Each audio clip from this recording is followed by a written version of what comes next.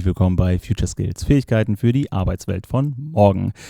In unserer heutigen Folge haben wir gleich 2 Gäste mitgebracht mit einem super spannenden Thema beziehungsweise einem spannenden Unternehmen, über das wir mit den beiden reden wollen, in denen sie aktuell tätig und vor allem auch immer noch tätig sind, weil einer von denen ist auch schon länger dabei, erst ein paar Jährchen und dadurch haben wir nochmal unterschiedliche. Ich bin schon so aufgeregt.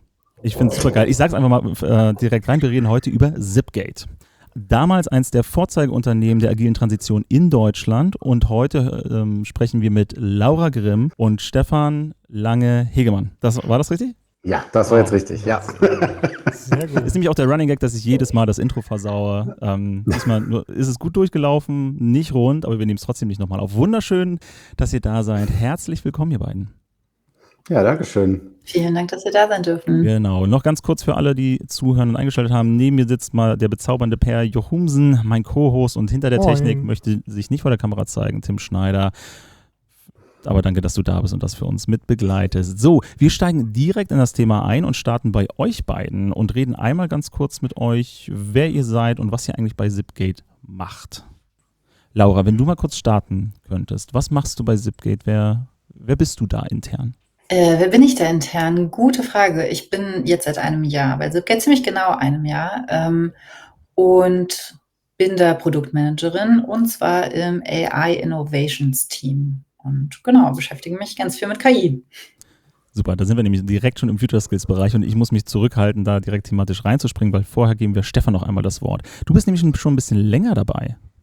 Ja, genau. Ich bin seit 2008 bei Zipgate und ursprünglich war ich da als Frontend-Entwickler, dann Backend-Frontend-Entwickler, dann Product Owner, jetzt Product Lead / auch Produktmanager und ich bin auch im Thema KI unterwegs. Also das ist so ein bisschen mein Steckenpferd seit 8 Jahren und das ist so ich mache das auf der strategischen Ebene bei Zipgate, kann man sagen. Und wollt ihr für die Leute, die tatsächlich noch nicht wissen, was Zipgate ist, wer Zipgate ist, das in 3 Sätzen mal umschreiben? Dann sparen die sich das KI-Fragen. Deutschlands modernster Cloud-Telefonieanbieter. Wow. Okay.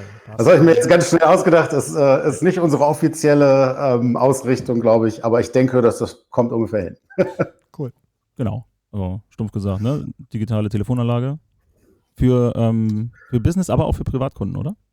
Nee, tatsächlich. Ja. Hauptsächlich seid ihr im Businessbereich. Ja. Also, da kenne ich euch auch her. Okay.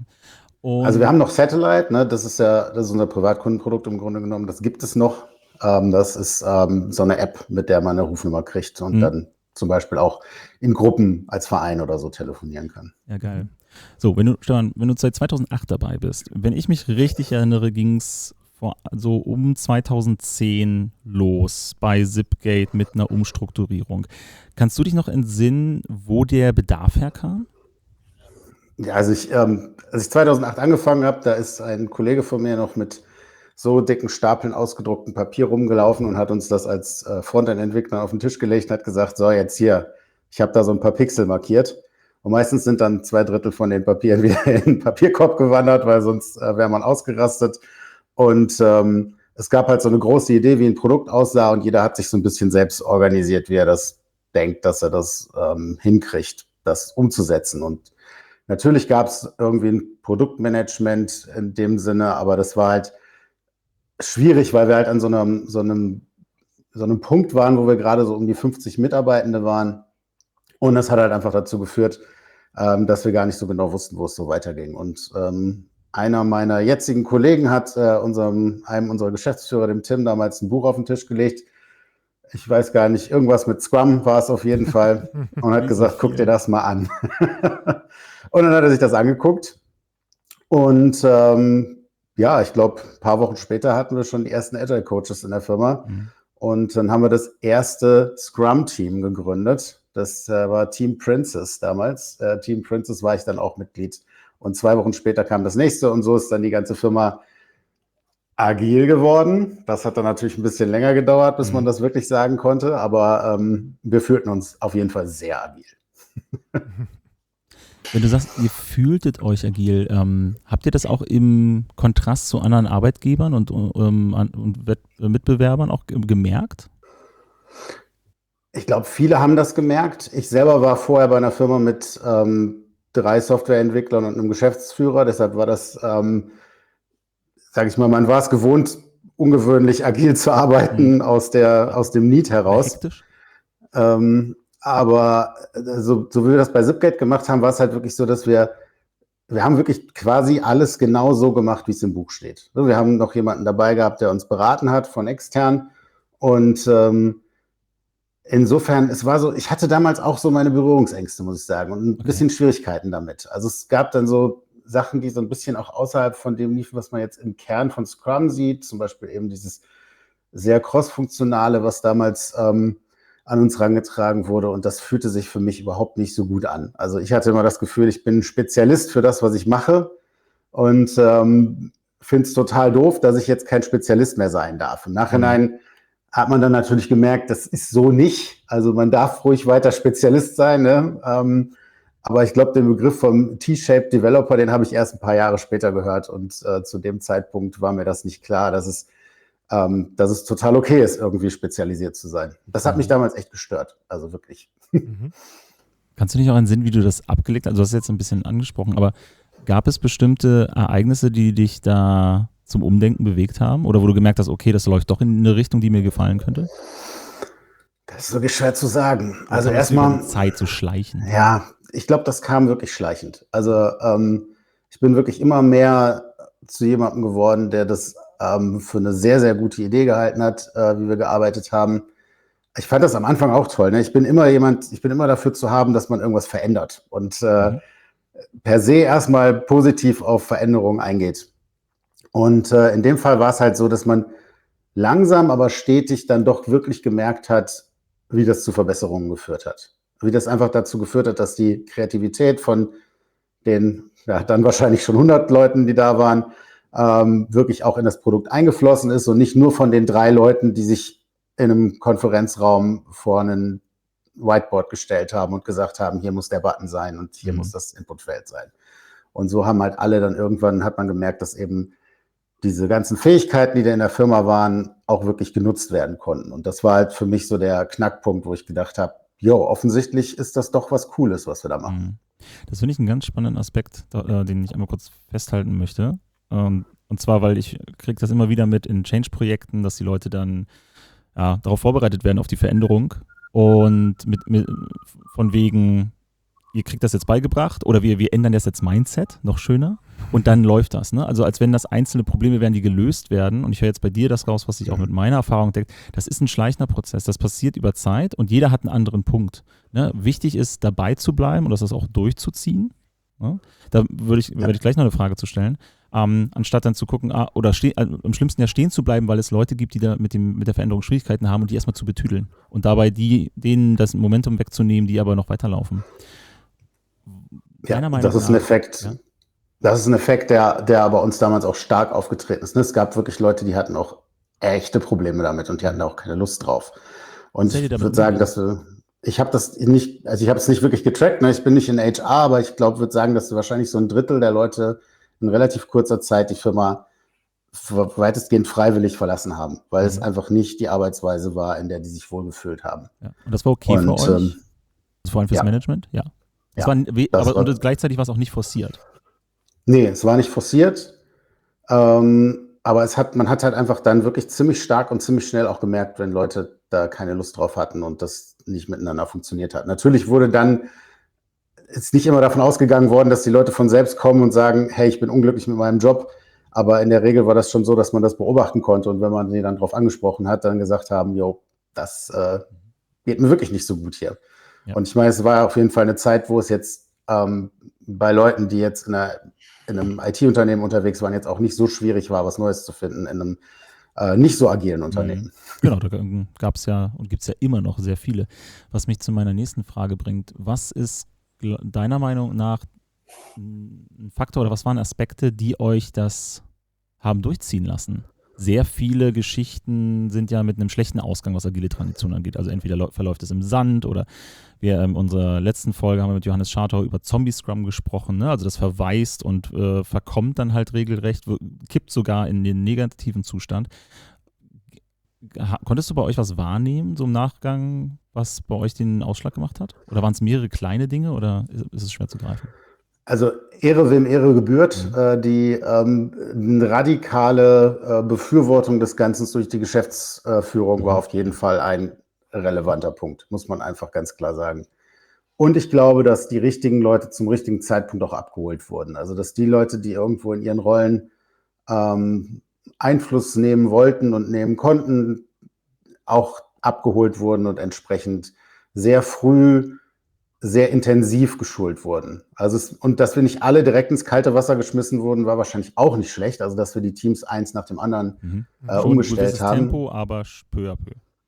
Genau. So, das hat alles so ein bisschen geholfen, weil dann dann kam so ein bisschen FOMO auf, auch bei den anderen Teams, die noch nicht so weit waren. Ne? Also super, jetzt haben wir schon 3 Teams, die das machen und wir sind jetzt die Letzten, die da mitmachen dürfen. Und das hat sicherlich auch ein bisschen geholfen. Und dann kamen noch so Sachen dazu wie der Open Friday, den es bis heute in exakt derselben Form gibt wie damals. Und Sachen, die uns einfach. Was ist ein Open Friday? Das ist alle 2 Wochen machen wir so ein Open Space Format, also am Freitag eben. Und machen dann quasi wie so eine Unconference für die ganze Firma. Inzwischen auch remote, früher natürlich immer vor Ort. Und das ist, glaube ich, auch total gut, um so diesen Change-Gedanken weiter in der Firma zu halten. Also weil jeder und jede bei uns kann halt jederzeit, naja gut, alle 2 Wochen freitags zumindest, irgendwie ein neues Thema einbringen und auch organisationelle Veränderungen anstoßen und mit Leuten besprechen. Und das ist, glaube ich, wichtig. Also auch wenn die Unterstützung der Geschäftsführung halt für mich ein ausschlaggebender Punkt war, ist es trotzdem sehr, sehr wichtig, dass eben die Mitarbeitenden alle die Chance hatten, sich einzubringen. Ja, das ist ja auch in meiner Erfahrung häufig ein wichtiges Duett, was getanzt werden muss. Ne? Also einmal den Rückhalt durch die Geschäftsführung, durch die Autorität auch, dass wir das dürfen. Also vor allem raus aus den bestehenden Prozessen, aus den Denkweisen und Handlungsweisen halt woanders hin. Ne? Also auch wenn es nur nach vorne stolpern ist, aber dass das okay ist und mit einer gewissen Rückendeckung passiert und gleichzeitig sich aber jeder einbringen kann, wenn er möchte, ne? Dass Raum da ist und das Open Space ist ganz gut für. Naja, und du sagst ja auch das Entscheidende, ne? Es geht ja dann auch darum, dass man sich nachhaltig weiter bewegt und Change zur Normalität wird und man nicht einmal sich dafür abfeiert, dass man jetzt irgendwie eine Scrum-Einführung geschafft hat oder was weiß ich, sondern dass man irgendwie am Ball bleibt und das schafft man dann ja nur, wenn man es irgendwie mit der ganzen Mannschaft dann trägt durch solche Formate wie so ein Friday. Ja. Cool. Der Open Friday, wenn ich das richtig mich erinnere, ist auch in euren Büchern beschrieben, oder?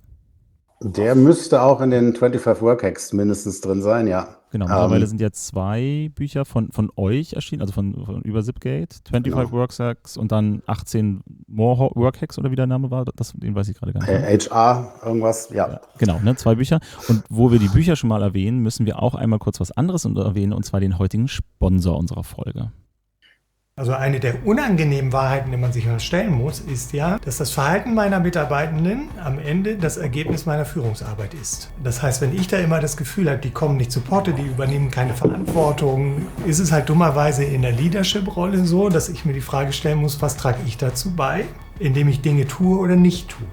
Willst du auch lernen, wie du dein Leadership effektiv verbessern kannst? Dann lass uns gerne darüber reden in einem unserer Certified Agile Leadership Kurse bei IT Agile.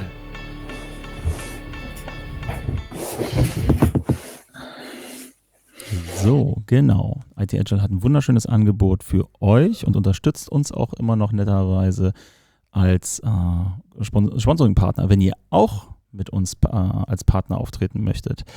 Oder falls ihr Themenvorschläge habt oder einfach nur Kritik über den Scheiß, den wir hier machen und auch am besten auch Ideen, wie wir es mal gerade biegen und besser tun, schreibt uns eine E-Mail an info@agila-norden.de. Und für alle, die sich jetzt wundern, was jetzt der Agile Norden mit Future Skills zu tun hat, der Agile Norden e.V. ist ein gemeinnütziger Verein, der bei uns als Dachorganisation besteht, und wir auch, Per und ich sind unter anderem auch Mitglieder in dem Verein und helfen hier im Orga-Team mit aus, um halt Erwachsenenbildung auch losgelöst von Arbeitgeberpositionen halt voranzutreiben. Und damit haben wir den Werbebreak vorbei. Wir können wieder zurückgehen. Und Laura, jetzt würde ich gerne mal mit dir darüber sprechen, wann Wie bist du denn zu Zipgate gekommen? Hast du sie damals schon in dieser Transitionsphase auch von außen kennengelernt und bist deshalb neugierig geworden oder bist du ganz stumpf drüber gestolpert, als du dich neu orientieren wolltest? Weder noch. Tatsächlich war mein Weg zu Zipgate genau dazwischen. Ich habe 2020 noch bei einer Agentur gearbeitet, die Conversational AI-Lösungen gebaut hat. Also noch lange vor ChatGPT, nicht lange in Jahren, aber gefühlt ist das ja Das ist halt auch ein ganz anderes eine ganz andere Welt gewesen noch. Genau, da haben wir noch jeden Interaktionsschritt von Hand gepromptet und vorgeschrieben und definiert mit ganz viel If-Else. Und da hat Zipgate Anfang Corona, es gab viel mehr Anfragen, viel mehr Aufkommen an Support. Und wir haben dann für und mit Zipgate zusammen ein Chatbot gebaut für die Webseite. Und das habe ich primär als Designerin und Researcherin betreut und umgesetzt. Und genau, so habe ich Zipgate kennengelernt.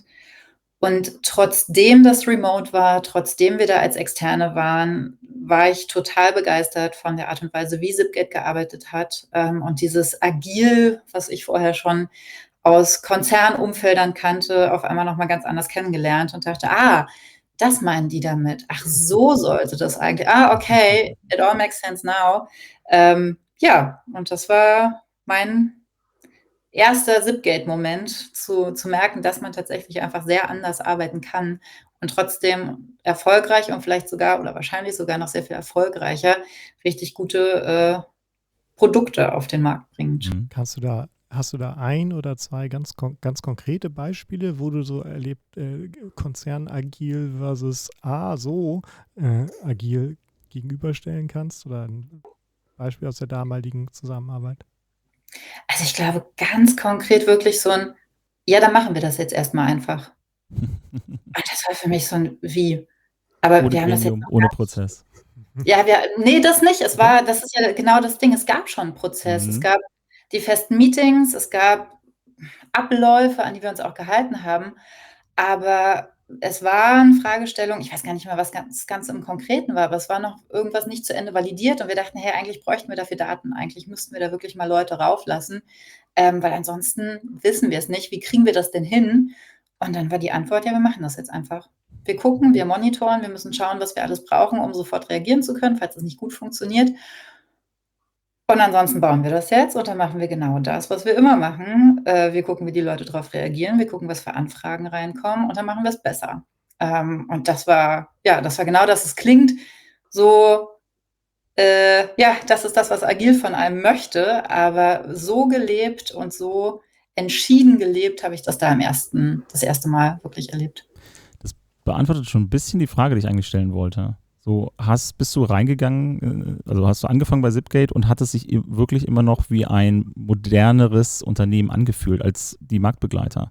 Ich habe ja in einer Einleitung schon kurz erwähnt, ein bisschen ist Zipgate ja aus der Öffentlichkeit verschwunden. Ne? Also es ist ja so weit gegangen, ne? Ihr habt Bücher geschrieben, das war ein riesiges Hype-Thema, ne? Eine der Hidden Champions, vor allem im agilen Bereich.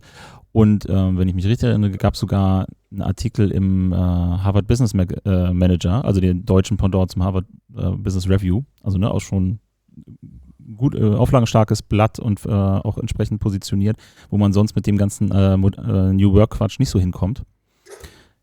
Das heißt, du hast da angefangen und ist immer noch zu spüren gewesen, dass ihr anders arbeitet. Genau, also es gibt halt diese zwei Momente, einmal als Externe und da war das für mich ganz stark spürbar. Ich habe ja auch in anderen Projekten extern gearbeitet, zum Teil auch zeitgleich, wie das jetzt so ist, wenn man in einer Agentur ist.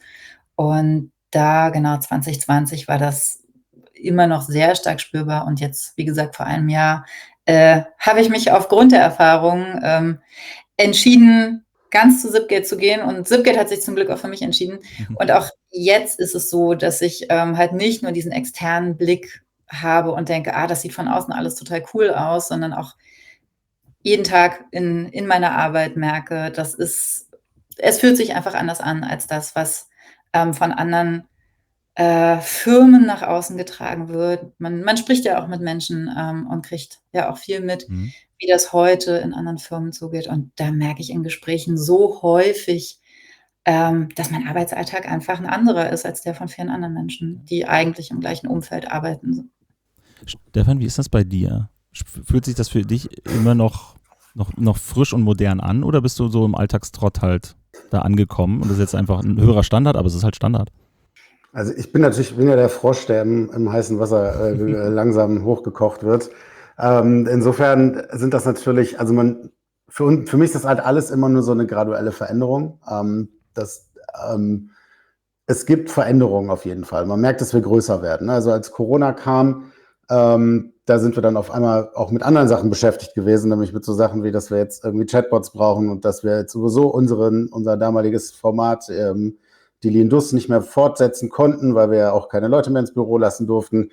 Und aber auch in dem Kontext hat es uns halt einfach wahnsinnig geholfen, schnell und flexibel zu sein und die Möglichkeit zu haben, innerhalb von, keine Ahnung, 2 Tagen auf Homeoffice umzustellen. Und das, bevor wir auf Homeoffice umstellen mussten, weil unser Geschäftsführer sich hingestellt hat und gesagt hat, das kommt jetzt. Und alle so, mal abwarten. Naja, es kam dann alles. Und das ist halt schon super, das zu sehen. Und insgesamt sind wir immer noch, glaube ich, in dem Bereich der Anbieter, der sich am schnellsten bewegen kann.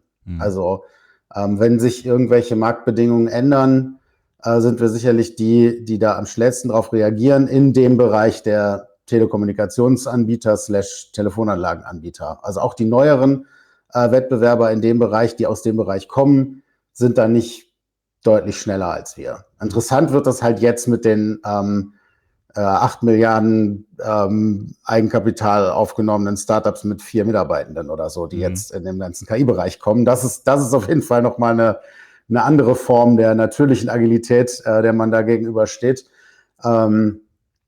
wo wir jetzt auch gerade gucken müssen, wie wir da mithalten können einfach. Ne? Also auch wenn wir vielleicht so um 2020 rum noch der Leuchtturm in dem Bereich waren, ich glaube, dass bei uns hat sich halt auch viel verändert. Ich sage jetzt mal nicht in Richtung weniger Agilität, sondern auch immer ein bisschen in andere Agilität. Ich hatte so eine Situation mit einem Freund von mir, der bei uns im Büro war und für seine Firma sich damals unser Board angeguckt hat, wo wir so unsere Roadmap aufgezeichnet hatten. Das waren dann so Canvases, die man hin und her geschoben hat. Und das war super agil und super flexibel. Und dann kam der ein halbes Jahr später wieder und wir hatten viele Änderungen gemacht. Und dann hat er gesagt, oh, ihr habt ja ganz viele Änderungen gemacht. Ich muss jetzt mein Board also auch wieder ändern. Da habe ich gesagt, auf gar keinen Fall. Du hast dein Board ja für dein Unternehmen angepasst. Und ich glaube, das ist so ein bisschen der Effekt, der auch jetzt hier eintritt. Wir passen natürlich unsere Agilität immer mehr für unser Unternehmen, für unser Marktumfeld, für unsere Mitarbeitenden an. Und dabei ergibt sich dann so eine Situation, wo es uns schwerfällt, Vorbild für Unternehmen zu sein, die ein bisschen anders sind als wir. Vorher war ein bisschen anders nicht schlimm, aber wir werden immer spezifischer für unser Umfeld, sodass ein bisschen anders manchmal schon dazu führt, dass man sich vielleicht aus einer anderen Perspektive das gar nicht mehr so einfach abgucken kann, was wir da gerade machen. Wir laden uns natürlich trotzdem immer gerne Leute ein aus den ganzen Telekommunikations-Großkonzernen, führen die durchs Büro, damit die so große Augen kriegen. Und, um die im Zaun zu halten. Genau, dass die mal einen Eindruck davon kriegen, der Platztisch ist. Was da passiert. Aber wie gesagt, es wird, glaube ich, schwieriger, je erwachsener man wird als Unternehmen, anderen Unternehmen zu zeigen, wie sie es machen sollen, weil man eben so spezifisch wird für sich und seinen Use Case. Wobei ich gerade überlege, das, was ihr vor, weiß ich nicht, 10 Jahren für euch erfunden habt oder sowas, ne? Ja, das war vielleicht noch nah an Agilität by the book oder sowas, aber es war ja auch für euch. Und das hat ja andere Leute trotzdem nicht davon abgehalten, genau hinzugucken. Du hattest jetzt eben, Stefan, über Reaktionsfähigkeit gesprochen. War das am Ende für euch der ausschlaggebende Faktor, auch da am Ball zu bleiben? Ich meine, für euch als Unternehmen, ne, das ist ja schön, wenn die MitarbeiterInnen Spaß bei der Sache haben und irgendwie ein tolleres Leben und sich das für Laura dann schön anfühlt da in dem anderen Unternehmen. Aber es muss ja auch wirtschaftlich interessant sein. Ne, und einen Vorteil bieten und so weiter. Ist es Reaktionsfähigkeit in eurem Segment? Oder ist Auf jeden Fall. Also das ändert wirklich alles. Ne? Also man muss schon sagen, dass jetzt gerade in den letzten Jahren natürlich viel passiert ist, gerade was Telco-Anbieter angeht. Und Ich will mich jetzt nicht wahnsinnig weit aus dem Fenster legen, aber ich würde sagen, wir sind in Deutschland so ziemlich der einzige von den Kleinen vor allen Dingen, ne, die Großen können auch vieles mit Geld erschlagen, die es geschafft haben, sich trotzdem noch weiterzuentwickeln und aus diesem Markt heraus das zu machen, was wir für richtig halten in der Zukunft. Und ne, wir sind in einem Markt, der sich Telekommunikationsmarkt mit so Telefonnummern und Telefonen, wo Leute Nummern wählen und so, hört sich jetzt nicht an wie der große Zukunftsmarkt, auch für uns nicht. Der hat natürlich, es gibt bestimmte Bereiche davon, an die ich glaube, dass es die auch noch lange gibt, und ich glaube vor allen Dingen auch an Sprachkommunikation als Ganzes, aber sich da anzupassen als ein Unternehmen, was was originär ein Telekommunikationsunternehmen ist gar nicht so leicht. Und ich glaube, das ist der Vorteil, den wir da haben. Eine Frage aber, die ich noch im Kopf habe, dann springen wir einfach ein bisschen, das mache ich so gerne. Du hattest erzählt, ihr kriegt ja auch Besuch. Also wenn da die KollegInnen in Magenta, Blau und Rot rumlaufen, kriegen dann große Augen, wie du sagst, aber haben die dann auch Bock, das nachzumachen? Ich glaube, Bock schon. Aber? Ich selber mache diese Veranstaltung nicht, aber also was ich höre, ist halt so, dass es schon so mehr so ein, wir gucken uns das mal an und dann gehen wir wieder nach Hause und dann machen wir wieder alles so, wie vorher ist. Ich meine, solange das inspiriert und wenn es nur ein kleiner Funke ist und wenn jemand einfach nur anfängt, seine persönlichen Aufgaben in einem priorisierten Backlog zu organisieren oder so, hat man ja schon einen Vorteil dadurch. Also insofern glaube ich, dass das immer eine lohnenswerte Veranstaltung ist, also auch für die. Und gleichzeitig ist es ja auch gut für euch, wenn der Wettbewerb da nicht mit aufspringt. So, ne, sondern ihr eure Spezialisierung, eure Einzigartigkeit habt. Das ist ja andersrum auch ein netter Aspekt für alle, die da zögern in der Transition in die. Jetzt hört ihr uns noch? Ja, wunderbar. Wir haben nur ein Windows-Update gehört. Okay. Irgendwas ist disconnected. Ist ja auch ein spannender Aspekt dahingehend, zu sehen, dass nicht alle mitgehen und wenn sich Unternehmen schwer tun mit der Entscheidung, in einen Change reinzugehen, in eine Transition, ob es agil ist, was für moderne Arbeitsaspekte generell, ne, dass es nicht unbedingt heißt, jetzt müssen wir uns im Kämmerlein einschließen, weil das darf keiner sehen, weil das klaut uns sofort jeder. Ne? Also es ist immer noch der Vorteil, wenn man mal veränderungsbereit ist, dass diese Veränderung dahin so groß ist für die meisten Unternehmen, dass sie dann nicht hinterherkommen. Ne? Also diese Einzigartigkeit nachzumachen. Eher, was du auch so ein bisschen angedeutet hast, glaube ich, Stefan, dass der Markt sich wandelt, sodass man in seiner Nische, ne, das Tempo nicht mehr auf die Straße bekommt, weil halt die Strecke, oder wie ich immer so schön sage, weil ich habe meine Sitzmulde auf der Couch nicht mehr, weil einer die Couch weggezogen hat. So, ne, damit muss ich dann halt klarkommen. Ja, das ist nicht nur das ganze Unternehmen, was sich dem anpassen muss und was für Change bereit sein muss. Das ist halt, auch wenn der Begriff so überstrapaziert ist, aber dieses Mindset, das spielt halt wirklich eine riesengroße Rolle. Also ich kenne das auch, dass man mit Menschen spricht und sie sich beschweren über Abläufe, und wenn man dann irgendwie einen Einblick gibt und sagt, hey, wir machen das so und so, dann werden halt ganz viele Gründe gefunden, warum das auf gar keinen Fall bei ihnen genauso funktionieren kann, weil sie sind ja viel mehr und sie haben ja viel mehr Abhängigkeiten. Und dann, dann hört man sich das an und denkt, ja, schade, weil diese Offenheit und dieser Gedanke, wenn sich der Markt ändert, wenn sich Anforderungen an uns, an unsere Arbeitsweise ändern, dann müssen wir halt mitgehen. Das ist halt was man nicht einfach künstlich herstellen kann, sondern was auch an anderen Stellen, bei Zipgate zumindest, einfach da ist. Und natürlich gibt es viel Auseinandersetzungen, wenn sich Sachen ändern und Konflikte werden dadurch auf keinen Fall verhindert. Aber es gibt halt diese Grundeinstellung dazu, wie man damit umgeht und wie man auch alle Menschen mitnimmt und mitnehmen möchte, wenn diese Bereitschaft dazu natürlich auch da ist. Und dadurch greift das dann eben auch total ineinander mit der Art und Weise, wie wir arbeiten, wie wir auf den Markt reagieren.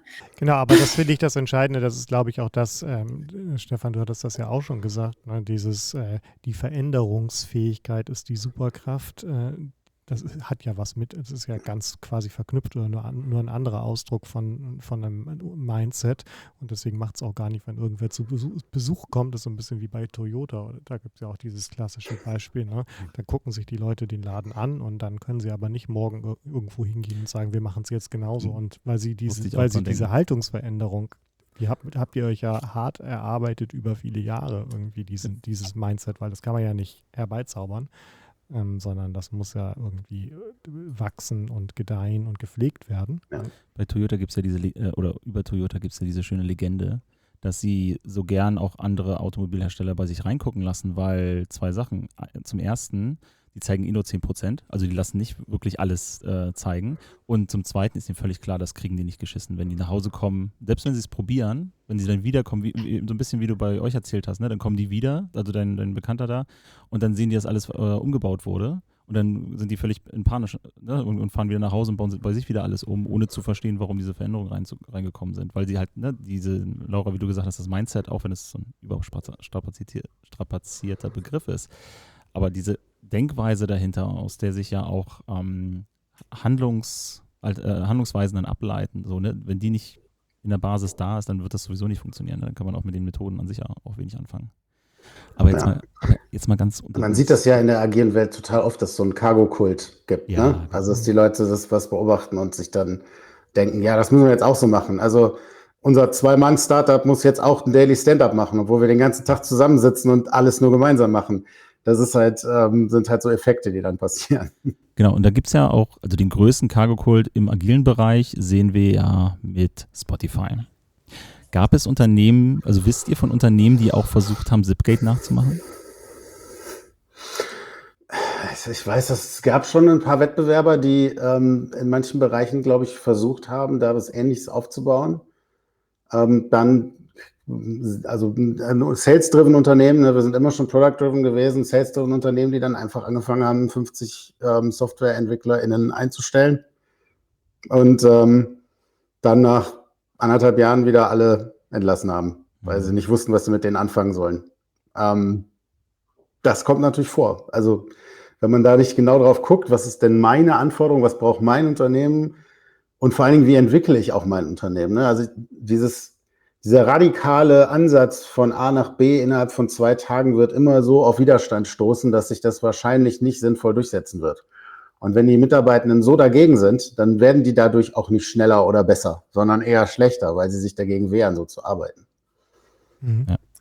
Ich nochmal Sprung zurück und vielleicht eine Frage an dich, Laura, mit deinem noch etwas frischeren Blick. Dieses Mindset oder sowas, das ist ja aber schon irgendwo auch in systemischen Bausteinen in der Organisationsstruktur, in den Ritualen des Unternehmens verankert. Ne? Wir hatten hier den Friday schon genannt. Ne? Habt ihr noch eine andere oder hast du noch andere Beobachtungen gemacht, wo du sagst, okay, das ist einer der gelebten Rituale, ein gelebter Baustein, der auch nochmal sicherstellt, dass diese Haltung auch gepflegt und gehegt wird? Also ich denke, es ist grundsätzlich das Wissen, dass wir miteinander sprechen können. Also dass es keine Abhängigkeiten gibt, wer mit wem gerade über welches Thema sprechen darf. Und dass dadurch auch auf sehr kurzem Wege eben Aspekte besprochen werden dürfen. Wir haben immer noch, also bei uns ist nochmal eine spezielle Rolle, weil wir als R&D-Team so ein bisschen außerhalb der regulären Prozesse stehen. Aber auch für die anderen Teams ist es so, dass sie nach wie vor sehr viel Autonomie haben darüber, wie sie in ihren Teams arbeiten, wie sie sich organisieren, dass es immer wieder hinterfragt wird, was sind die Rückkanäle, wie schaffen wir das eben auch die Stimmen aus den Teams nach außen zu tragen und da Gehör zu finden und Gehör zu schaffen, damit eben auch keine Echokammern entstehen.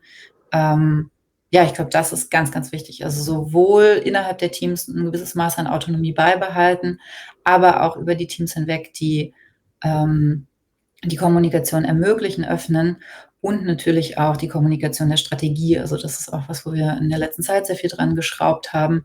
Wie kriegt man die Strategie so geschärft und über wen kriegt man die Strategie in jedes einzelne Team reingetragen, kommuniziert, damit ja alle wissen, woran sie arbeiten, wofür sie arbeiten, aber eben auch wissen, wie können sie ihr Feedback dazu eben auch wieder positionieren und kommunizieren. Nochmal einen kurz anderen Aspekt, der mir durch den Kopf geht. Wir haben wir reden jetzt die ganze Zeit über eure schöne, heile, moderne Welt.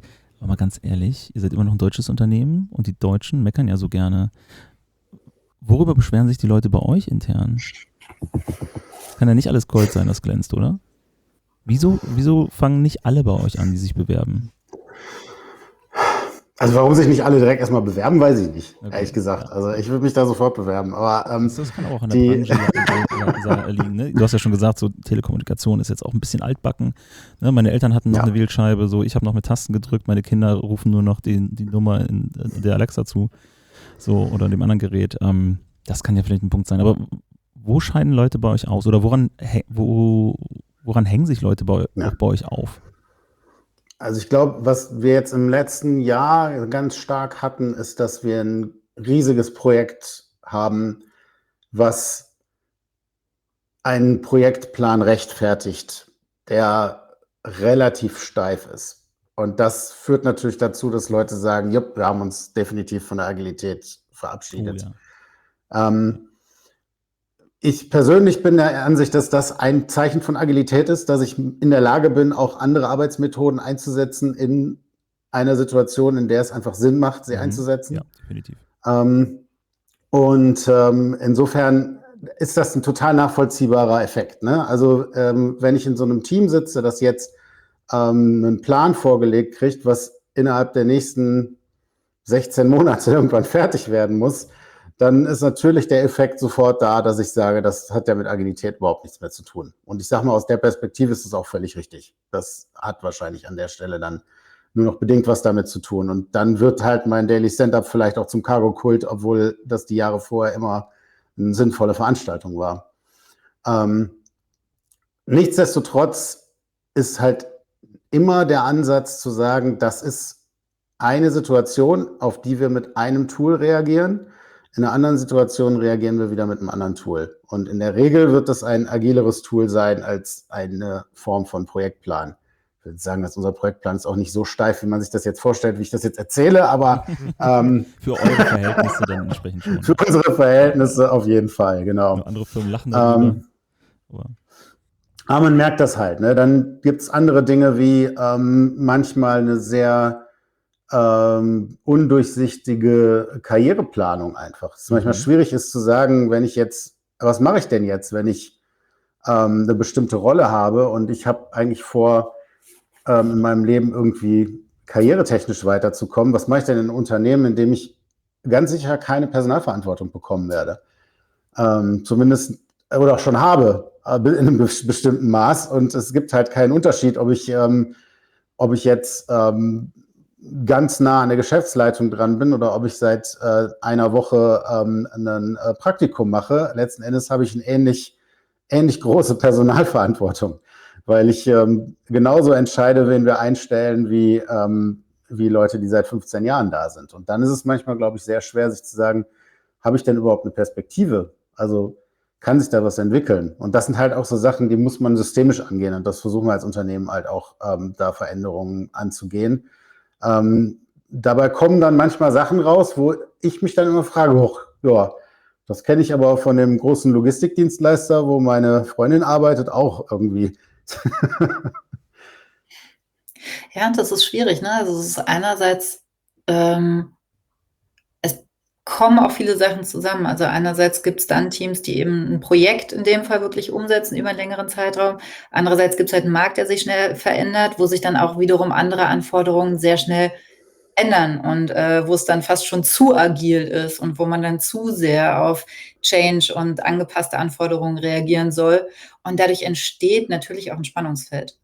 Und das ist für einige Menschen dann eben nicht zu dem Punkt, dass sie eben das Gefühl haben, na gut, und jetzt muss ich da durch und dann habe ich das geschafft und das ist jetzt für mich eine große Hürde und dann habe ich nicht mal irgendwie die nächste Rolle oder dann steht offiziell das Senior von meinem Titel.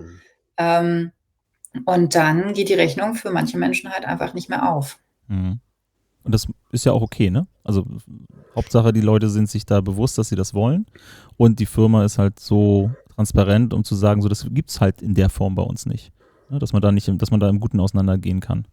Oder halt eventuell sich auch langfristig ja auch weiterentwickelt, ne? Weil ich kann mir auch gut vorstellen, dass ein modernes Unternehmen wieder dort auch Strukturen schafft über einen Zeitraum, wenn wirklich ein Bedarf da ist und auch eine Notwendigkeit dafür. Ne? Also jetzt nur Karriere zu machen, damit man die Gehaltserhöhung bekommt, ist halt Blödsinn. Ne? Dann können die Leute das Geld auch so kriegen für Leistung vielleicht oder für wirklich Geschäftswert, den sie schaffen oder mitschaffen. Aber bestimmte Strukturen braucht man in bestimmten Zeiten vielleicht auch wieder. Ne? Stefan, du hast ja auch gesagt, jetzt seid ihr wieder in einer Situation, wo es auch einen größeren Projektplan gibt.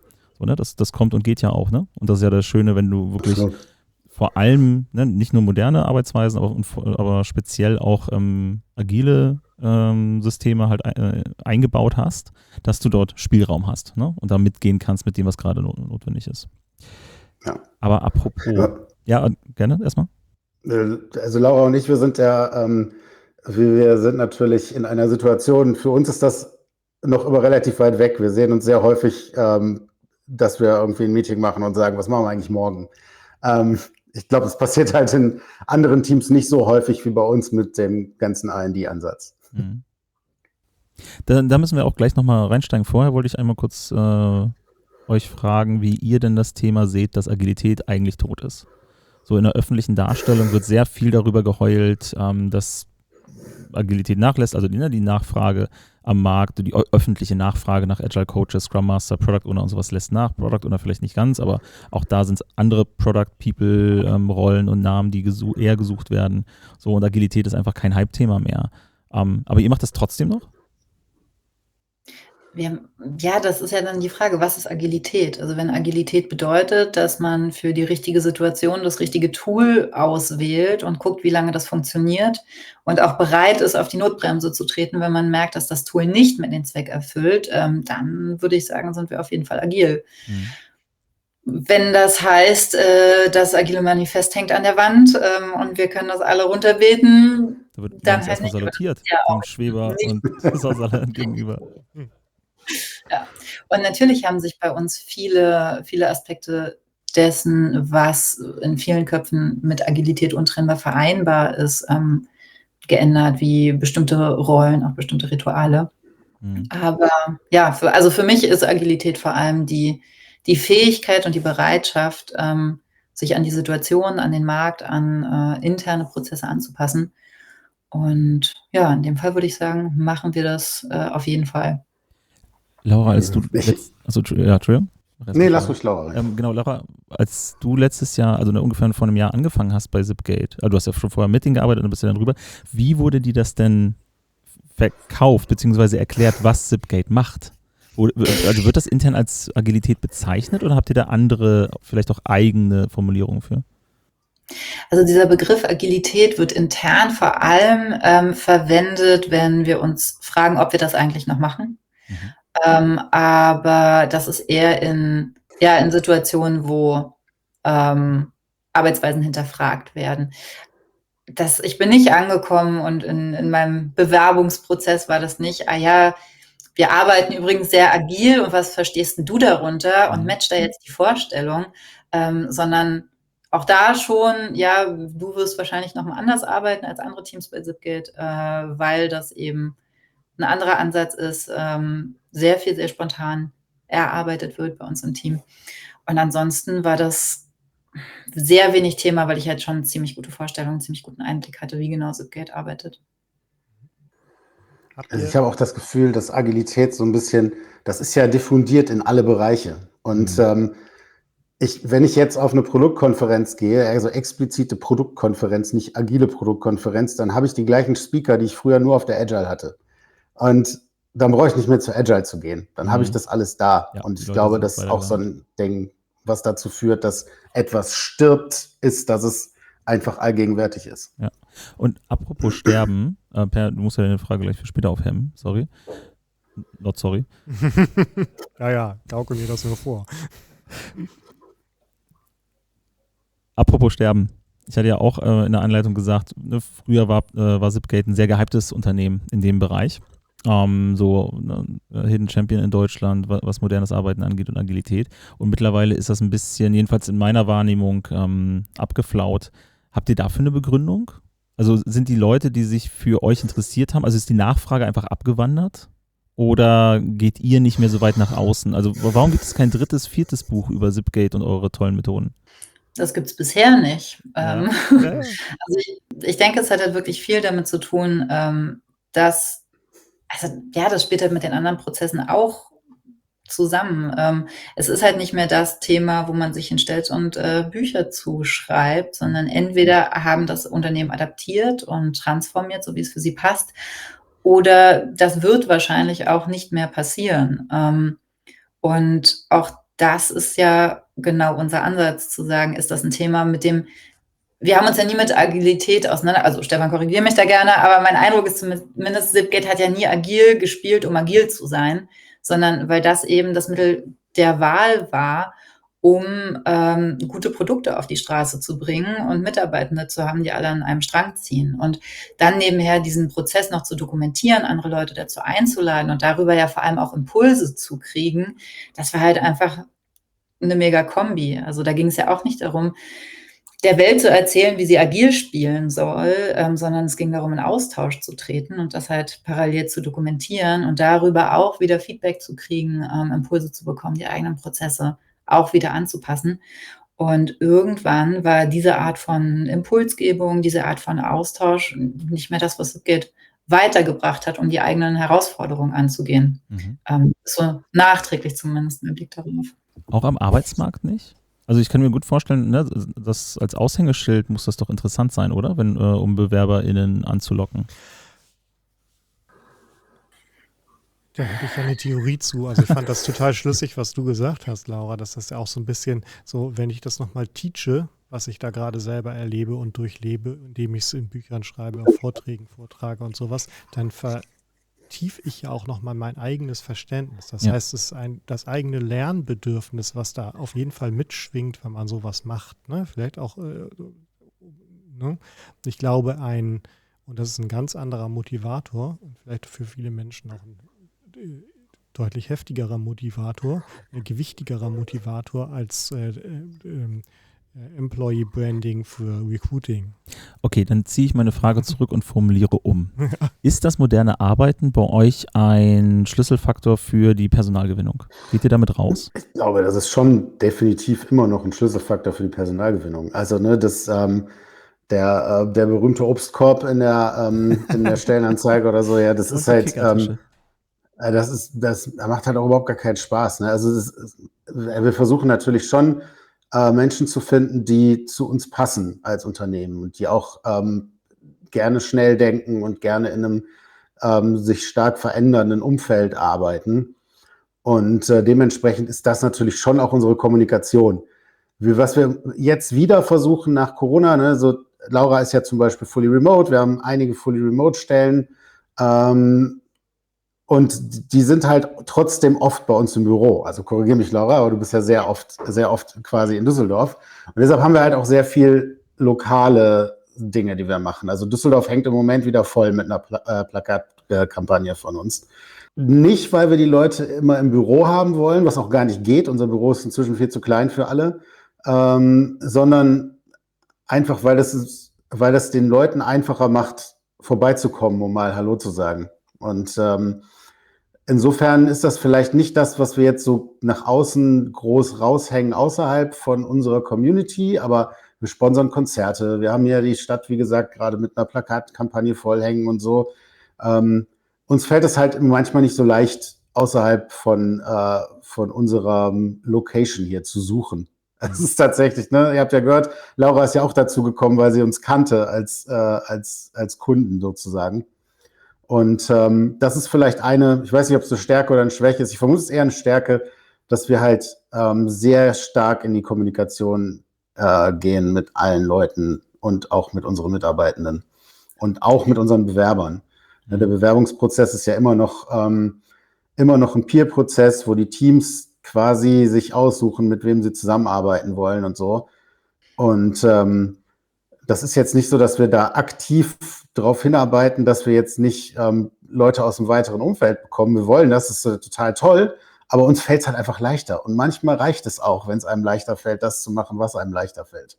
Jetzt habe ich, Laura, dich schon ein paar Mal da weggeschoben, immer wenn du es angesprochen hast. Du bist nämlich ja Teil von einem was ganz Besonderen, finde ich, der jetzt viele IT-Unternehmen auch schon gesehen hat und dort das selten vorgefunden hat, fast noch gar nicht. Aber in anderen Branchen weiß ich, dass es ganz im Gang und Gäbe ist, ne? Produktentwicklung und so weiter, also physische Produkte.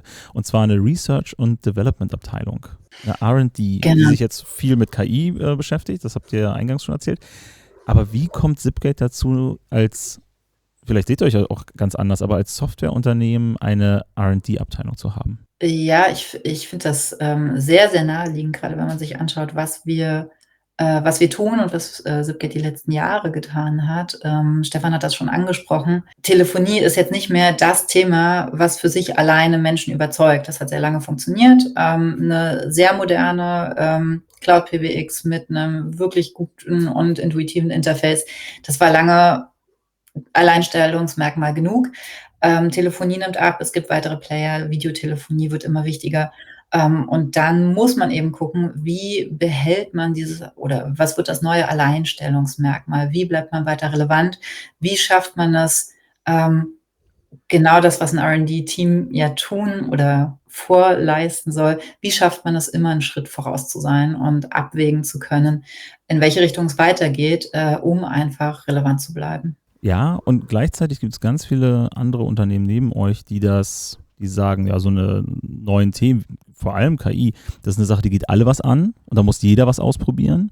Oder das ist Aufgabe des CTOs oder Head of Development oder vielleicht sogar einem Digitalisierungsofficer, also Einzelpersonen, die das dann treiben müssen für uns. Aber ihr habt dann tatsächlich ein zentrales internes Team. Wie hat sich das entwickelt? Das ist ja doch schon was, ja, ich möchte jetzt nicht wieder modernen Raum werfen, auch werten, aber es ist was Besonderes. Es ist anders, als andere das machen. Team, was wir da jetzt haben, hat schon vor, ich glaube, 8 Jahren haben die sich das erste Mal zusammengesetzt und haben daran gearbeitet, was man mit KI in einem Telefongespräch machen kann. Mhm.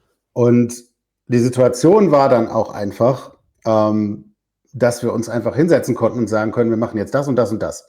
Und alle haben gesagt, ja, genau, das und das und das. Und haben nicht gesagt, ja, jetzt müssen wir uns aber erstmal angucken, wie das eine geht und wie das andere geht und ob wir das überhaupt machen können und wie das denn überhaupt auch vielleicht rechtlich aussieht als Telekommunikationsunternehmen und so. Und dadurch, dass wir darauf vorbereitet sind wir halt in einer Situation, wo wir von innen heraus Dinge entwickeln können, die in unsere Software integriert sind. Und wenn wir uns die Wettbewerber angucken in dem Bereich, gerade in Deutschland, die kaufen halt externe Unternehmen ein, die das machen können, was wir schon immer intern können. Und letzten Endes ist es günstiger für uns, das vorzubereiten und bereit zu sein, wenn sich die Märkte ändern, wenn sich die Produkte ändern, als dann reagieren zu müssen, wenn gerade alle Leute anfangen, Mini-Unternehmen für Milliarden $Milliarden zu kaufen. Ja. Das ist natürlich eine super Situation dann gewesen, in der wir dann waren. Und deshalb haben wir dann halt auch geguckt, dass wir die richtigen Leute kriegen, dass jemand wie Laura, die sich im Thema eben auch auskennt, da reinkommt und mit diesem Team zusammenarbeiten kann. Und insofern ist das ist sicherlich keine winzige Investition, ne? Also wir leisten uns da schon ein relativ großes Team für unsere Unternehmensgröße. Aber wir wissen halt auch, was wir davon haben. Mhm. Und das sieht halt auch unser Geschäftsführer so, dass das halt einfach ein echter Wert ist, der da stattfindet. Also der da gehebelt wird einfach. Ja. Und man kann die Leute auch herausfordern damit. Ne? Das ist halt auch gut. Also man behält halt auch einfach gute Leute dadurch. Also Menschen, die Bock haben, Neues auszuprobieren oder so, die können immer was vorschlagen und können mit unserem Team dann auch was machen, wenn sie das wollen. Dadurch hat man immer so einen Raum, wo man auch mal denken darf und nicht immer nur umsetzen. Und die Parallele zur Agilität ist ganz spannend, weil genauso wie agil damals nicht das Hype-Thema war, auf das Zipgate aufgesprungen ist, weil es ein Hype-Thema ist, ist es halt genauso mit KI. Stefan hat das gerade schon erwähnt, das Team gibt es halt schon wirklich lange und deutlich länger als den LLM-Hype. Und das hat vor 5 Jahren genauso vorausgedacht, wie es das jetzt tut. Jetzt müssen wir auf manche Sachen einfach sehr viel schneller reagieren, weil die Entwicklungen extrem schnell sind. Aber die Grundidee und das Ziel, was dieses Team noch immer verfolgt, war halt genau die gleiche vor 8 Jahren schon. Ja gut, aber ihr habt ja alle Leute dann, die schon, wenn man schon so lange dabei ist, ist das Gehirn ja schon ganz gut vormassiert. Dann mit den aktuellen Entwicklungen Schritt zu halten. So. Das ist halt super spannend, weil ganz viel, also das Team setzt sich eigentlich immer zusammen aus Leuten, die schon sehr lange dabei sind und Leuten, die sehr frisch von der Uni kommen oder sogar noch auf der Uni sind. Und das ist halt super spannend. Ne? Dadurch entsteht halt ein ganz toller Input, der dann angereichert wird durch die Leute, die schon sehr lange eben sich mit Delivery auch auseinandersetzen und damit, wie sieht denn Software aus, die an echte Kunden geht und sowas. Und daraus entsteht halt eine Top-Mischung einfach. Und das ist eigentlich das Coole daran. Und halt wirklich auch Telefonie, also wirklich auch das Kerngeschäft in- und auswendig kennen und dadurch halt auch genau wissen, was geht nicht. Und meistens eher in die Richtung gehen, da geht mehr, aber dadurch das eben auch wirklich abgleichen können mit den anderen Teams, mit den Produktansätzen, die gerade parallel gefahren werden und das eben nicht das Team ist, was irgendwie als Satellit daneben schwirrt und eigentlich so gar nicht richtig abgleichen kann, ob das, was da im stillen Kämmerlein entsteht, dann auch fürs Produkt tauglich ist, sondern das können wir halt, oder können die Devs von Anfang an sofort mitdenken. Und ich finde das ganz spannend, das merkt ihr ja wahrscheinlich gar nicht, weil ihr ja im System steckt, ne? Aber diese ganzen Haltungselemente, ne? So mutig und Veränderungen umarmen und die Bereitschaft auf Veränderung einzugehen, auch top-down, ne? Dass die überhaupt so eine große Investition in R&D zu tätigen, ne? Und dieser Mix aus ganz frischen, jungen Köpfen und alten Hasen irgendwie, das sind ja alles Entscheidungen, die irgendwie für euch vielleicht ganz natürlich gewachsen sind, aber die in vielen anderen Kontexten nicht so selbstverständlich sind. Ne? Dass das so das Spiegelbild, wo sich das dann für mich jetzt als Externen da euch Zuhörenden nochmal so sichtbar macht. Das ist spannend. Das wird einem manchmal bewusst, auch gerade wenn Externe das erwähnen, so dass man viele Dinge einfach gemacht hat, ohne drüber nachzudenken, was aber teilweise auch darauf zurückzuführen ist, dass man halt die Jahre vorher viel drüber nachgedacht hat und das dann intuitiv macht. Vielleicht ist das auch so einer der Punkte, warum Agile tot ist, dass sehr viele Leute, die in dem Bereich sehr, sehr aktiv sind, inzwischen sehr viel auch einfach intuitiv machen können. Ja. Und man sich manchmal ja dann auch bei so einem Vortrag auf einer Konferenz fragt, ja, was will der mir jetzt eigentlich erzählen? Das ist ja jetzt ein alter Hut. Und dann geht es halt den Weg, den viele auch ehemalige Hype-Themen halt gehen, ne? Also vor allem im Tech-Bereich. Sie werden halt einfach angewandt. So, die Leute, die da praktisch drin sind, die machen es halt, die reden nicht mehr groß drüber, so, weil sie aus unterschiedlichen Interessen oder weil unterschiedliche Interessen das zu teilen ja dann auch wegfallen. Ne? Per, du hattest das vorhin nochmal erwähnt mit dem Lernen durch Lehren, ne? Der Aspekt, also auf eine Bühne zu gehen und das mit anderen zu teilen, damit ich es selber wieder besser verstehe oder noch einen anderen Aspekt kriege. Vielleicht möchte ich es auch einfach mal machen und dann auch durchziehen oder habe jetzt auch diese Öffentlichkeitsarbeit dann auch satt, ne? Und es entwickelt sich ja weiter. Ich würde aber noch eine Frage zu der R&D-Team. Wie geht ihr denn mit der typisch deutschen Neiddebatte um? Ist das ein Prestige-Team? Müsst ihr das regelmäßig auswechseln mit frischen Leuten? Also muss das rotieren, damit die Leute zufrieden sind? Prügeln sich die Kandidatinnen rum, da reinzukommen? Also prügeln die sich damit, mit dir zu arbeiten, Laura? Oder wie seid ihr da im Setup? Also prügeln habe ich jetzt noch nicht aktiv mitbekommen. Das wird unter der Hand alles, da gibt es einen Tausch. Wer weiß ja, was da auf dem Hinterhof. Nee, also ich glaube, prügeln nicht. Es ist auch eine sehr Halserhebung gegen die Position im Valorous-Team. Ja. Nee, tatsächlich. Also, in der Frage steckt ganz viel drin. Also unser Team ist schon auch speziell zwangsläufig auch in der Arbeitsweise. Und in Zipgate, das ist auch noch so ein Tool, was wir haben, sind Praktika. Man kann eigentlich jederzeit, wenn man das möchte, Praktika oder ein Praktikum in einem anderen Team machen, um mal zu gucken, wie die arbeiten. Und da merkt man schon auch, dass die Art, in der wir arbeiten, was wahrscheinlich sehr hyperagil ist, auch nicht für alle Leute gut taugt. Stefan hat es vorhin erwähnt, manchmal sitzen wir morgens da und sind so, was machen wir denn heute? Und müssen viel, was ansonsten aus Stakeholder-Anforderungen gegeben wird, uns selber erarbeiten, müssen uns unsere eigenen Ziele stecken, müssen uns unseren eigenen Abgleich schaffen. Und das ist auch nicht für alle Leute was. Wir arbeiten ganz viel in dem hypothetischen Raum und ja, nutzen den, denke ich, auch sehr gut. Aber das ist halt definitiv kein Team und kein Thema für Menschis, die gerne am Anfang des Sprints wissen, was am Ende des Sprints stehen soll, schlicht und ergreifend deswegen, weil wir keine Sprints haben. Aber das Thema, dass es ein Prestige ist und dass wir da Freiheiten haben, die andere Teams nicht haben, ja, ich denke, das ist grundsätzlich was, wo Menschen auch mal hinschauen und denken, okay, das ist ja schon ein Vorteil. Aber ich habe nicht das Gefühl, dass das Team als solches und die Arbeitsweise angezweifelt wird, weil alle anderen Teams sehen, woher die Entwicklungen kommen und wie die dann eben auch ins Produkt wandern. Und damit ist das, glaube ich, einfach eine Selbstverständlichkeit auch geworden, weil es eben nicht dieses, jetzt gibt es LLMs und jetzt brauchen wir da ein Team und die haben alle Freiheiten, sondern auch das ist über die Zeit natürlich gewachsen. Und ja, Stefan, da kannst du wahrscheinlich aus den Ja, wir haben die Situation schon gehabt. Also wir machen ja jetzt, also in einer ähnlichen Konstellation, wir haben ja, es gibt ja quasi eine neue Softphone-App von uns, die basiert auf einem Projekt, was wir quasi standalone auch in so einem R&D-Team entwickelt haben, Klink. Und ich sag mal so, der Konflikt, ja, die machen ja gar keinen Umsatz und sind so viele Leute, das haben wir dann schon häufiger gehört. Das ist nicht, auf jeden Fall nicht immer einfach gewesen.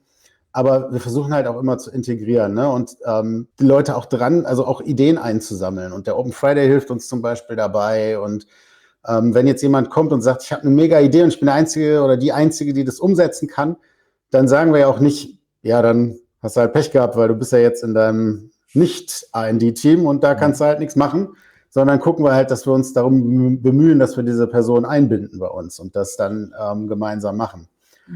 Ich glaube, das ist ein ganz wichtiger Aspekt, dass man da eine Durchlässigkeit schafft. Ich habe jetzt allerdings in letzter Zeit nicht so oft das Gefühl gehabt, dass Leute sich da aktiv uns aufgedrängt hätten, aber vielleicht liegt es auch an unserer Art der Kommunikation. Aber grundsätzlich, glaube ich, sehen jetzt alle, dass der ganze Kram, den wir gebaut haben, in kürzester Zeit einfach live gehen konnte, ne? Also wir haben so viel vorbereitet und wir hatten jetzt vor, weiß ich nicht, 3-4 Monaten hatten wir häufiger mal dieses Thema im Team, warum geht denn das alles, was wir machen, nie zum Kunden? Jetzt im Moment sind wir eher in der Situation, wo wir sagen, das könnte auch mal ein bisschen langsamer zum Kunden gehen.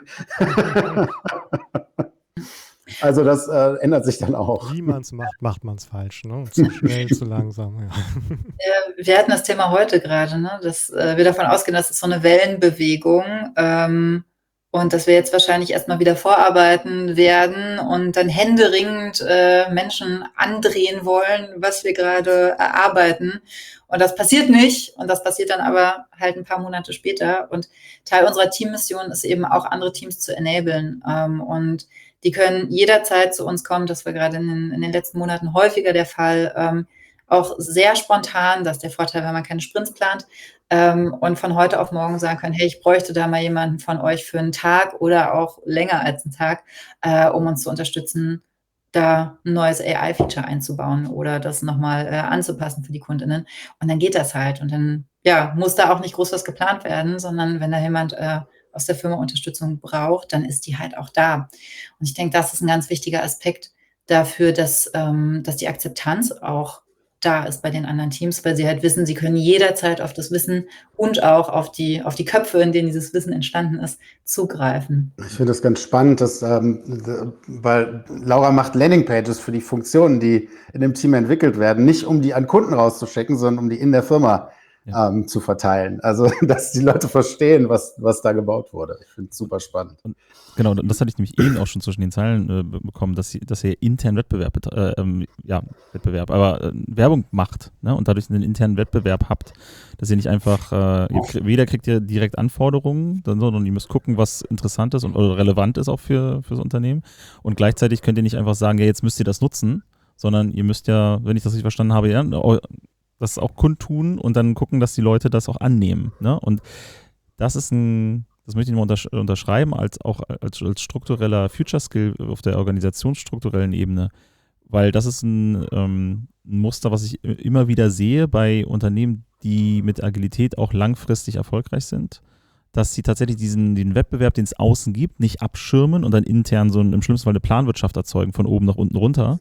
Ne? Also Chef sagt, wir müssen jetzt hier 5 Roboter produzieren, sondern tatsächlich einen Wettbewerb schaffen, sodass Ideen wachsen, aber halt auch sterben können im ganz natürlichen Umgang und das nicht automatisiert passiert, dass dumme Ideen einfach weiterlaufen, weil keiner Nein sagt, sondern aktiv da gepusht werden muss, auch wenn das mehr Energie verbraucht, aber es ist gesünder für die Themen, die dann am Leben bleiben. Das ist allerdings auch wahnsinnig schwer für ein Unternehmen mit vielen Kunden, Bestandskunden. Also ja, glaube ich.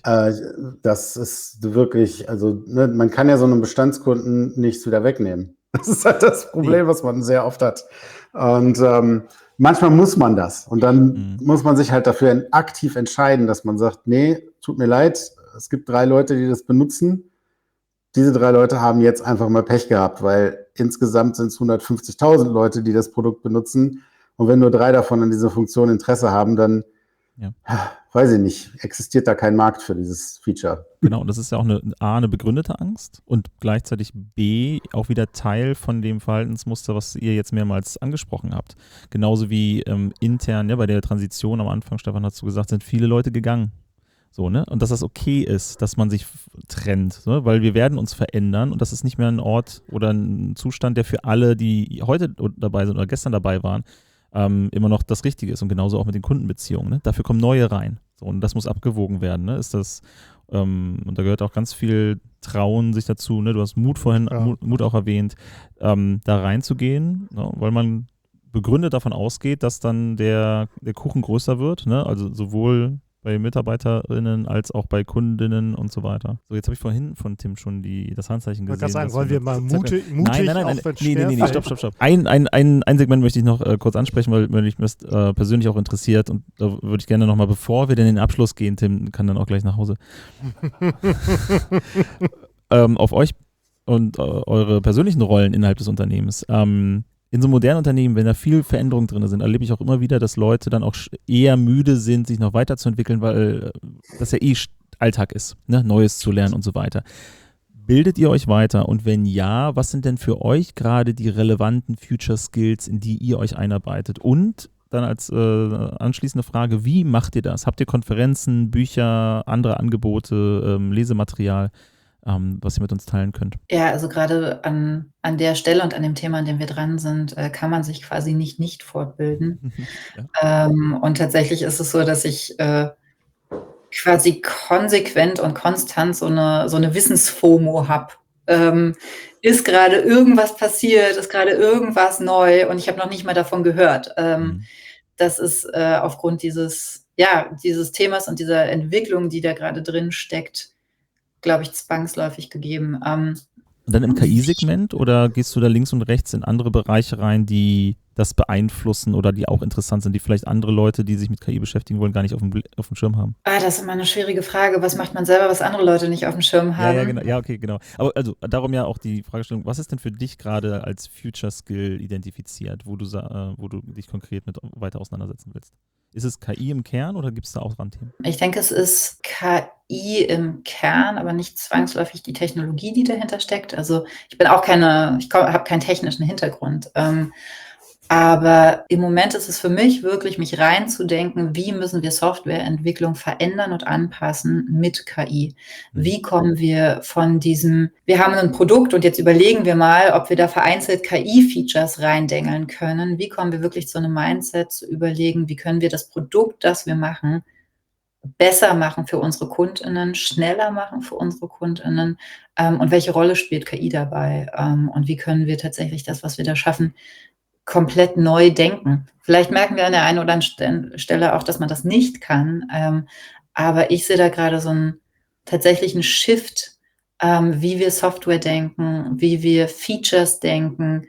Und das ist gerade für mich eine total spannende Entwicklung, wo ich auch gemerkt habe, ich bin lange in diesem KI-Thema drin, durch Conversational AI und wirklich auch merke, ich muss mich und meine Art, da Produkte zu denken, auch wirklich nochmal anpassen und kontinuierlich anpassen. Ja, ich glaube im Moment für mich, also aus meiner Perspektive als Produktmensch und wenn man ganz konkret irgendwas haben will als Produktmensch, was man jetzt lernen sollte, glaube ich, dann ist das Vibe-Coding. Also man muss jetzt keine komplette App bauen oder so, sondern auch mal eine Landingpage oder sowas sich mit KI generieren zu der Idee, die man hat.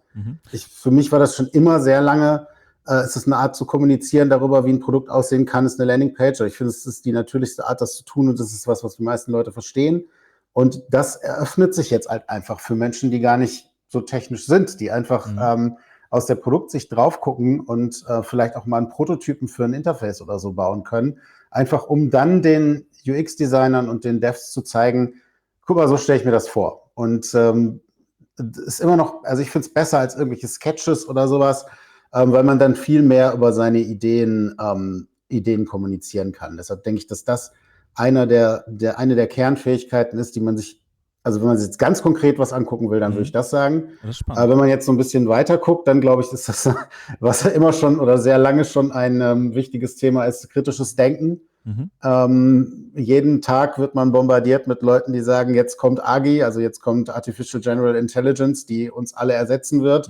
Und dann reicht es vielleicht mal durch die Stadt zu gehen und mal zu sehen, wie so die Interaktionen zwischen Menschen stattfinden und wie man in so einem Laden mit den Mitarbeitenden da spricht und worüber man da spricht. Und dann wird man sehen, oh, vielleicht ist die Welt an manchen Stellen noch einfach so, dass sie noch eine ganze Zeit so weiterlaufen wird oder ähnlich weiterlaufen wird, wie sie ist. Und ich glaube, da sollte man nachdenken. Das Gegenstück, und das ist mein Lesetipp, ist tatsächlich auf Reddit, das Subreddit Singularity. Das sind die ganz großen KI-Freaks, die an den sofortigen Umsturz glauben. Das sollte man, genau das sollte man auch als mit ganz viel Grain of Salt nehmen und man sollte auch psychisch stabil sein, um sich das anzugucken. Aber ich kann das auf jeden Fall empfehlen, weil das ist ein sehr tiefer Einblick in das andere Extrem. Ja, aber gerade diesen Abgleich auch hinzukriegen, ne, zwischen der Welt, die halt an sehr, sehr vielen und den allermeisten Stellen noch hervorragend ohne AI klarkommt, und gleichzeitig zu wissen, das ist was wir jetzt vorbereiten, nicht nur vorbereiten, sondern auch schon anwenden müssen. Und das auch zu bridgen, finde ich gerade auch eine totale Herausforderung. Und das ist super wichtig, um dann nicht auch Leute zu verlieren und auch ein ganzes Segment gegebenenfalls zu verlieren.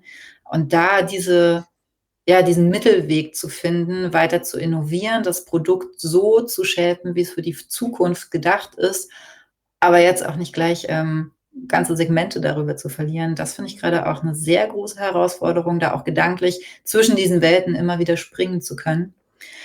Und ganz spannend, hätte ich auch nie gedacht, ich habe ursprünglich mal kognitive Linguistik studiert. Und da auch sehr viel Philosophie gehabt. Und was ist Denken? Was ist Bewusstsein? Wie wird das über Sprache vermittelt? Top Skill. Kann ich jedem nur empfehlen, wenn man dann nochmal so einen Master machen möchte.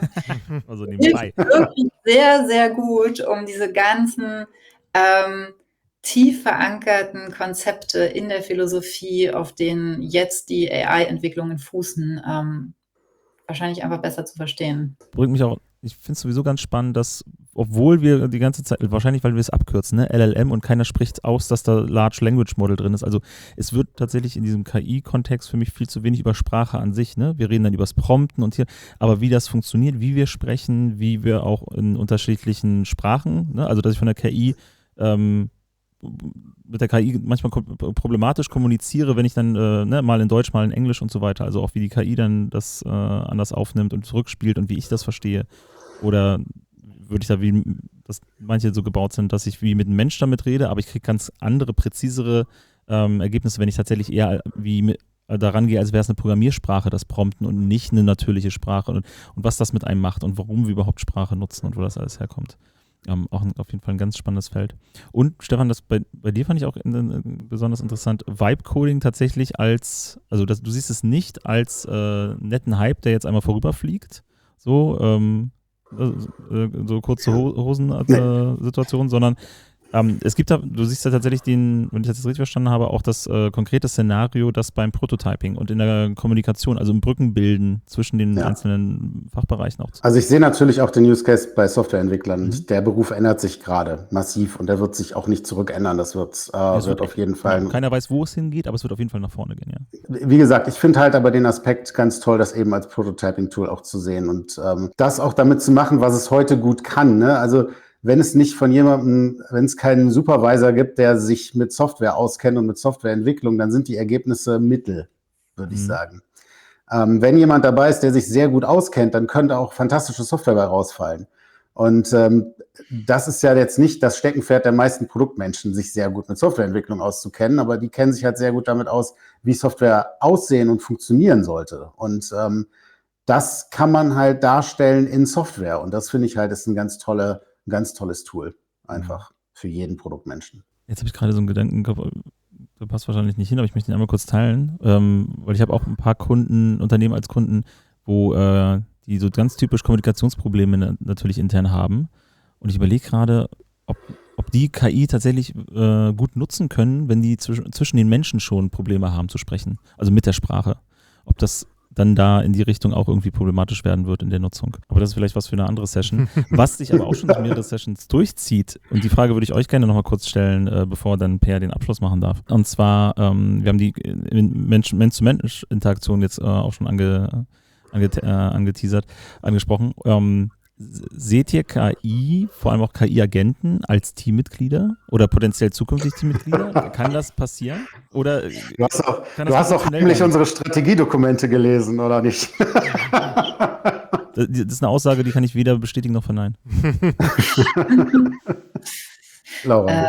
Ja, also auch da gibt es ja die beiden Ebenen. Es gibt einmal uns und also als Teams, die arbeiten, und da, also gerade bei uns im Team, also wir haben da nicht den KI-Assistenten, mit dem wir sprechen und der irgendwie auch sein Bildchen in Discord hat, aber die Verwendung von KI und unterschiedlichen Tools ist absolut selbstverständlich geworden. Das steht gar nicht mehr zur Debatte, das nicht zu tun. Und auch in unserem Produkt sind wir dabei, vorzubereiten oder zu hinterfragen, wie wir genau diesen Shift schaffen von einzelnen KI-Tools oder Features hin zu KI als wertvollem Mitarbeitenden. Wir haben da schon ein quasi zweites Produkt oder ein Teil unseres Produktes in Form von einem KI-Assistenten, der Telefonate annehmen kann, bearbeiten kann, weiterleiten kann. Und genau, da kriegen wir auch genau das Feedback, dass dieser Anspruch, KI als eigene mitarbeitende Entität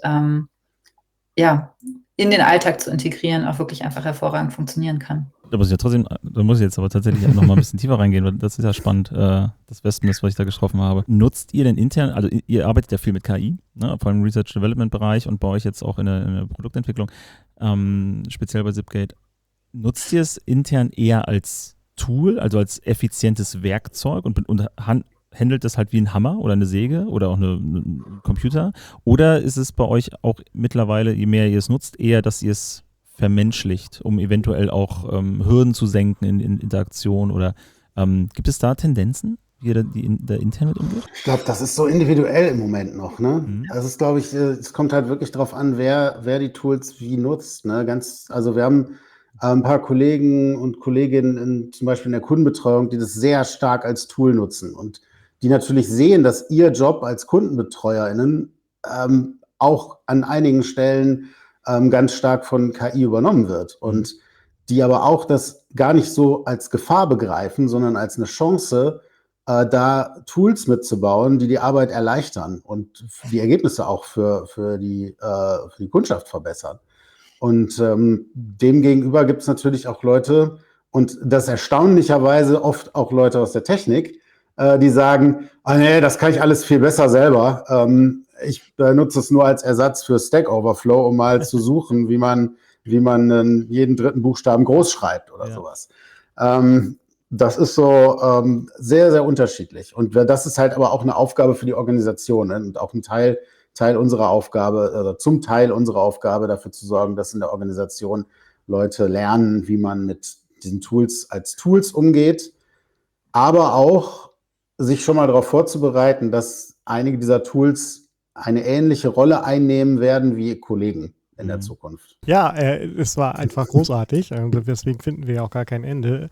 Toll, dass ihr dabei seid ja noch. Wir verschicken keine Weinflaschen oder Pralinen. Wir pflanzen Bäume als Dank, als kleines Gastgeschenk. Ach, das ist schön. Das heißt, für ihr kriegt beide einen Baum gepflanzt und kriegt dann von mir so als... Nee, ich habe nur die Hand aus dem Bild genommen, weil das ein bisschen schräg aussieht. Sieht sehr lustig aus. Ihr kriegt ein schönes Zertifikat, digital, wo ihr dann die GPS-Koordinaten des Wäldchens habt, wo der Baum steht und schön CO2 speichert über die nächsten Jahrzehnte. Im schönen Mecklenburg-Vorpommern, falls ihr noch einen Ort sucht, wo ihr nächstes Jahr Urlaub machen wollt, könnt ihr euch euren Baum mal angucken. Cool. Das ist, finde ich, ein sehr schönes Geschenk. Das ist viel besser als die Weinflaschen, die man manchmal gekriegt hat. Oder? Finden wir auch. Vielen Dank auch an dich, Per, dass du da mit dabei warst. Vielen Dank auch an Tim hinter der Technik. Auch von mir vielen Dank, Laura und Stefan, dass ihr dabei wart. War eine sehr interessante Sendung und ich hoffe, das hat auch euch da draußen an den Rundfunk- und Audioempfängern gefallen. Wenn ja, liken, subscriben, teilen, abonnieren und so weiter, füttert den Algorithmus und vor allem macht unsere Inhalte mehr Leuten zugänglich, damit die vielleicht auch noch was Neues lernen über KI, Research and Development und vor allem moderne Unternehmen wie Zipgate. Vielen Dank an alle. Wir sehen uns in der Arbeitswelt von morgen. Danke. Tschüss.